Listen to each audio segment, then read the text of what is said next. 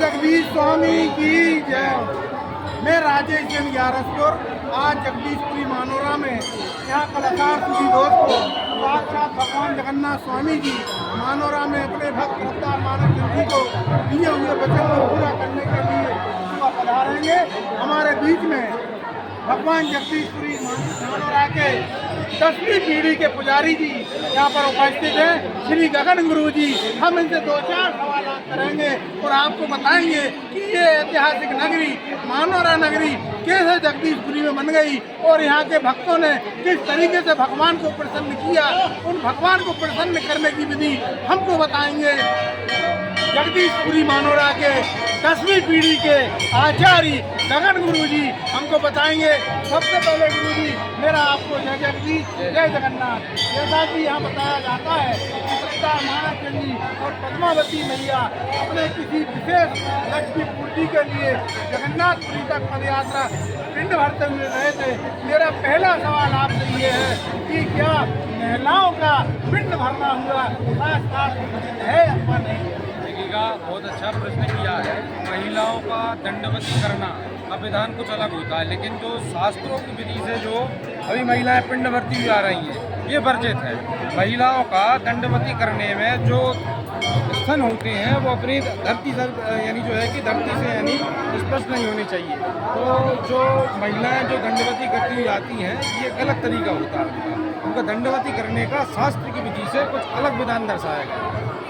जैसा कि रफ्तार मानव चंद जी जब पद्मावती अपनी पत्नी जी के साथ पद्मावती मैया के साथ पिंड भरते हुए जा रहे थे तो वो पद्मावती बहन जो थी माता जी थी वो केवल ध्वज लेकर उनके साथ चल रही थी। ये इस तरीके की परंपरा जो है, अगर ये संदेश हम आपके माध्यम से उन माताओं बहनों तक उन महिलाओं तक उन धार्मिक आस्था के क्रियान्वयन के लिए पहुँचाएँ तो मैं चाहूँगा कि एक बार आप स्पष्ट रूप से कहें कि माताओं बहनों को ये करना चाहिए अथवा नहीं। देखिएगा बहुत अच्छा प्रश्न किया है।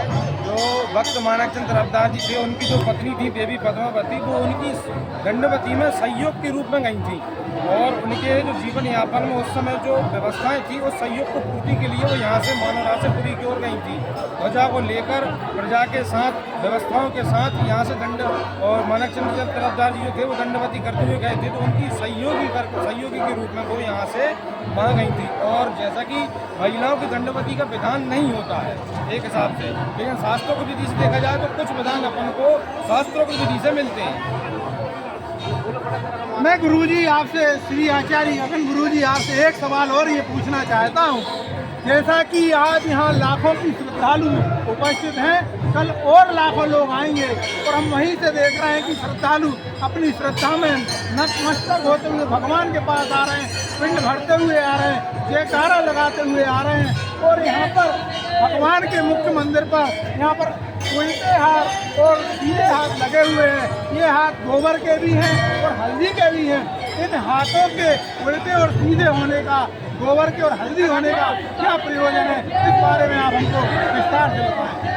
देखिएगा जो गोबर के हाथ और हल्दी के हाथ हैं, जब मनोकामना भगवान से जब मनोकामना अर्जी करने के लिए भगत आते हैं तो गोबर के उल्टे हाथ 5 हाथ गोबर के उल्टे हाथ लगा कर जाते हैं। और जब वो उन भगवान से समय लेते हैं, समय पूर्ण उनका कार्य होता है और कार्य होने के बाद जब वो वापसी करते हैं उनकी मनोकामना सिद्ध होती है, तब वो जब वो आते हैं तो वो उन्हीं हाथों को हल्दी से सीधे करके जाते हैं।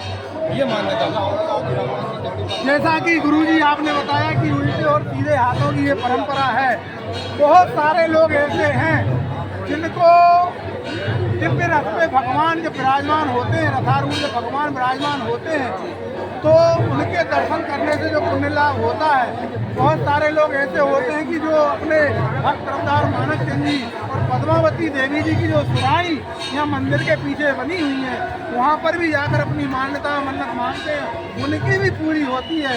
तो ये लाखों श्रद्धालुओं का यहाँ आना मान्यताओं का पूरा होना होता है। तो मैं आपसे ये जानना चाहता हूँ कि अगर कोई किस तरीके से भगवान से मान्यता मांगे तो उसकी भी मन्नत पूरी हो सके, आस्था पूरी हो सके, मान्यता पूरी हो सके। देखिएगा पहली बात तो जो भगत का और भगवान का संबंध होता है वो भगत और भगवान के बीच में भाव का संबंध होता है। आप अपने सत्य धन चित्त यानी भगवान को बताया गया है, और अपने चित्त को भगवान से जितना अच्छा जोड़ सकें और जितने अच्छे से उनसे प्रेम और भाव से प्रश्न कर सकें, मनोकामना अर्जित कर सकें, भगवान उतनी जल्दी आपकी पुकार सुनते हैं। जैसा कि आचार्य गुरुजी गगन गुरुजी आपने बताया कि आपकी 10वीं पीढ़ी के आप यहाँ पर माने पुजारी जी हैं, आपके पूज्य पिताजी यहाँ मौजूद हैं। जैसा कि मैं देख पा रहा हूँ कि 7वीं पीढ़ी के पूज्य पुजारी जी श्री भगवती प्रसाद जी, फिर आपकी 8वीं पीढ़ी के आपके पूज्य पिताजी, 10वीं पीढ़ी के आप। तो मैं ये कहना चाहता हूँ कि इसके पहले जो आचार्य तत्व क्या माने के जो मुख्य पुजारी है मुख्य पुजारी के रूप में जब आपको देखते हैं तो ऐसा लगता है, आप अन्यत्र ना ले, एक देवकी चंदन ठाकुर शास्त्री हैं, कथावाचक हैं, आपकी ऐसा देखने में लगता है कि उनकी छवि आप में परिलक्षित हो रही है। तो क्या आपका आगे कथा करने का भी ऐसा कोई विचार है? जगन्नाथ जी की कृपा से और आगे का अध्ययन जो रहेगा आप भागवत रूप में आप देखने को मिलेगा। भगवान जगन्नाथ जी की कृपा से अभ्यास की कभी बैठने का अवसर मिलेगा। बहुत बहुत बधाई, शुभकामनाएं। ये भगवान की कृपा ही है कि 10वीं पीढ़ी में आके उन्होंने एक ऐसा हमारे लिए मानो व्यक्तिगत क्षेत्र के लिए गौरव और गर्व का विषय है कि वो वेद व्यास की गादी तक आपको पहुँचाना चाहते हैं। हमारे क्षेत्र का तो नाम रोशन होगा ही, भगवान के प्रति जो आस्था रखते हैं, भगवान के प्रति जो श्रद्धा रखते हैं, उनका भी माने यहाँ लोगों से और जुड़ाव होगा। हम एक सवाल और गुरु जी आपसे पूछना चाहते हैं कि आप ज्योतिष शास्त्र से या अंक से माने या कुंडली वगैरह से भी आपने इस क्षेत्र में भी पढ़ाई करके महारत हासिल करी है। तो अगर कोई आपसे मिलना चाहे, कोई अगर आपसे माने किसी को कोई परेशानी या ज़रूरत हो तो उसमें आप कब समय देते हैं? देखिएगा, अभी तो रथ यात्रा का समय है, जिसमें समय दे पाना बहुत मुश्किल है, लेकिन रथ यात्रा पश्चात सुबह 11 बजे से शाम 5 बजे तक जगदीश मंदिर मानोरा यहाँ आकर संपर्क कर सकते हैं।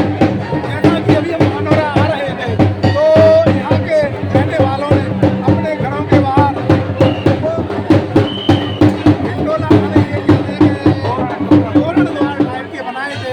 हर घर के बाहर पानी की व्यवस्था है, सब लोगों ने अपने घर दहलान खोल दिए। मंदिर में भी पूरी तरीके से अपना भंडारा और अपने ठहरने की व्यवस्था है।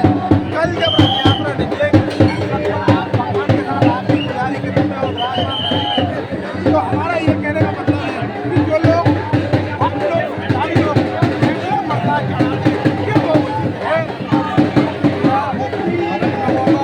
प्रसाद का ऊपर फेंकना अपनी अपनी मान्यताओं के हिसाब से उनके ऊपर निर्भर करता है, और जो प्रसाद ही है शायद भगत सोचते हैं कि हमारी प्रसाद इसीलिए भगवान के ऊपर पहुँचे, पुजारी जी के हाथ में पहुँचे, पुजारी इस वहाँ से नैवेद्य रखकर भगत के पास आए। और व्यवस्थाओं के हिसाब से नीचे भी कई पदाधिकारी लोग बैठते हैं और जाकर भगवान की प्रसाद को चढ़ाते हैं, लेकिन प्रसाद का ऊपर फेंकना आदि चीज़ें वो थोड़ा सा लगता है गलत हो सकता है।